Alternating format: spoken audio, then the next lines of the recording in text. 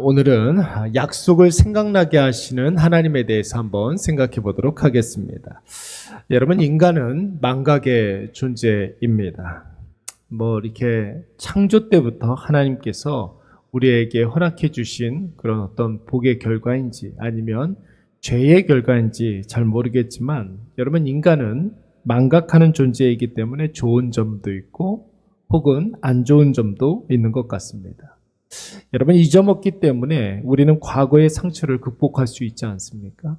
잊어먹기 때문에 똑같은 실수를, 범죄를 반복해서 짓기도 합니다.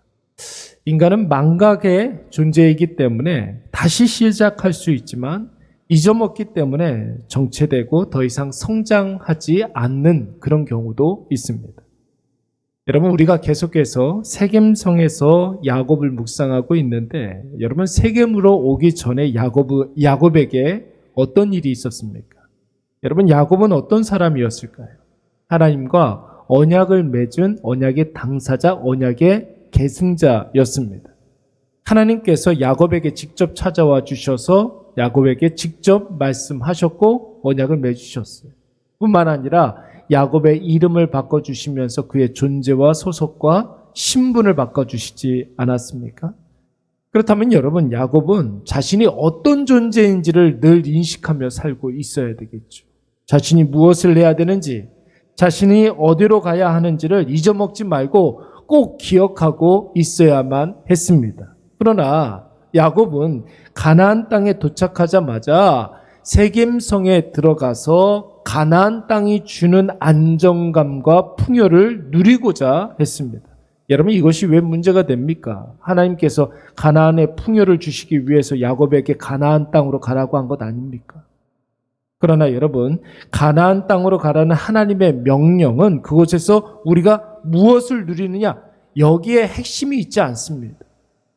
우리가 그 말씀을 순종하느냐 불순종하느냐, 여기에 하나님의 가나안 땅으로 가라, 베델로 올라가라, 이 말씀의 핵심이 있는 것입니다. 여러분, 순종이라는 것은 하나님 말씀 그대로 하는 것이죠. 하나님의 말씀을 자기 마음대로 해석하고 판단하는 것은 그것이 아무리 비슷하다 할지라도 그것은 순종이 아니라 불순종이라고 이야기할 수가 있습니다. 하나님이 야곱을 가나안 땅으로 인도하시기 위해서 어떤 일을 하셨습니까? 라반의 집에서 거부가 되게 하셨습니다. 라반과 라반의 아들들의 위기를 모면케 하셨습니다. 에서의 위기에서도 야곱을 보호해 주셨습니다. 그렇다면 야곱은 하나님의 말씀대로 1.1핵이라도 빠짐없이 지켜야만 했습니다. 그런데 여러분, 야곱은 어떻습니까? 이것을 망각하고 세겜에서 터를 잡고 여기가 좋사오니 하면서 세겜에서 안주하고 있습니다. 세겜도 가나안이니까 하나님의 명령에 순종했다고 자기가 착각할 수도 있었겠죠. 디나에게 일이 벌어졌을 때에도 자신의 불순종 때문인지를 야곱은 잘 몰랐습니다. 그러니까 기도의 자리로 나아가지 못하고 잠잠하고 침묵하고 있었던 것입니다. 야곱의 아들들이 복수를 계획하고 있다는 사실을 충분히 인지하고 있었음에도 불구하고 아무런 조치를 취하지 않고 수수방광했습니다.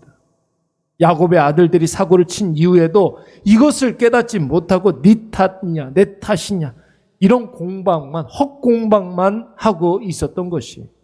그래서 오늘 34장에서 야곱과 야곱의 아들들이 내리지 못한 결론을 하나님께서 35장을 여는 순간 1절 말씀에서 친히 그 결론을 내리고 있는 것입니다. 하나님이 남 탓하고 자기밖에 모르는 야곱의 말문을 막으시고 직접 개입하셔서 야곱에게 뭐라고 말씀하셨습니까? 아니, 틀렸어. 야곱의 아들들 때문이 아니야. 야곱, 네가 세겜성에 머물렀기 때문이야. 아직도 모르겠니? 지금 당장 세겜에서 짐을 꾸려서 베델로 올라가거라. 여러분, 왜 베델입니까? 왜 하나님이 야곱에게 베델로 자꾸만 올라가라고 말씀하고 있습니까? 본문에서 하나님께서 직접 언급하셨지만 야곱이 에서의 분노를 피해 도망하다가 하나님을 만난 곳, 최초로 하나님을 만난 곳이 베델이기 때문에 그런 것입니다. 야곱은 거기에서 은혜를 입었습니다.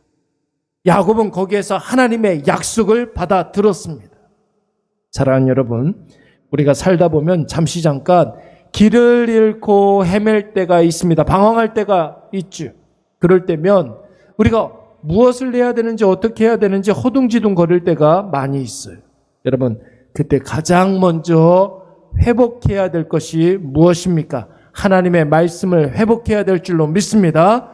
나에게 하나님께서 허락하신 말씀으로 다시 돌아가서 그 말씀을 통해서 주시는 하나님의 약속을 붙잡고 그 말씀을 통해서 나에게 주시는 하나님께서 직접 주신 그 사명에 집중해야 하는 거예요. 여러분, 그 일을 위해서 하나님께서 우리에게 끊임없이 사인을 지금 주고 계시는 거예요. 자녀에게 무슨 일이 일어나는 것보다 더 큰 사인이 어디 있겠습니까? 세겜성 추장이 하몰이 찾아온 것도 하나님의 경고의 일환이었습니다. 야곱의 아들들이 복수를 계획하는 것도 하나의 사인이었습니다. 어떤 사인입니까? 세겜에 머물러서는 안 된다. 하나님의 약속이 있는 베델로 올라가라. 그래도 야곱이 깨닫지 못하니까 하나님이 오늘 본문에서 직접 개입해 주셔서 들리는 말씀으로 베델로 떠나라. 세겜을 떠나서 베델로 올라가라 말씀하고 있는 것입니다. 여러분, 오늘 우리에게도 하나님의 사인이 분명히 있습니다.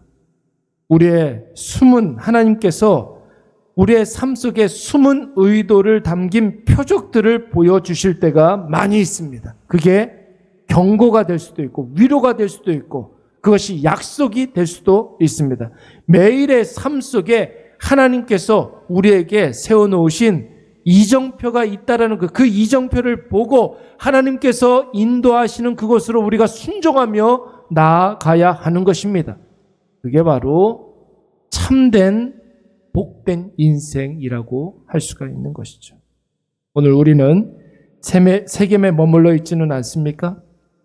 하나님께서 계속해서 일어나 그곳을 떠나 베델로 올라가라 재촉하고 있지는 않습니까? 하나님이 말씀하신 베델로 올라가. 여러분, 우리가 은혜 받는 곳, 우리에게 하나님께서 약속을 주신 곳, 그곳이 어디입니까? 여러분, 그곳에 가서 하나님을 예배하고 온전한 마음으로 하나님 앞에 서야 될 줄로 믿습니다. 오늘 이것을 꼭 기억하셔서 나오미가 모압을 떠나서 베들레헴으로 갔던 것처럼 요나가 다시스로 가려고 하다가 니느웨로 다시 돌아갔던 것처럼 모세가 미디안 광야에 머물러 있다가 애굽으로 다시 돌아갔던 것처럼 하나님의 약속이 있는 곳으로 우리의 삶의 방향을 돌이키시기 바랍니다. 내 마음이 편한 것이 아니라 수고롭다 할지라도 하나님이 나에게 허락해 주신 사명이 있는 그곳으로 가야 하는 것입니다. 그것에서 하나님의 약속이 풍성하게 이루어지는 것을 우리가 직접 삶으로 체험하게 될 줄로 믿습니다. 우리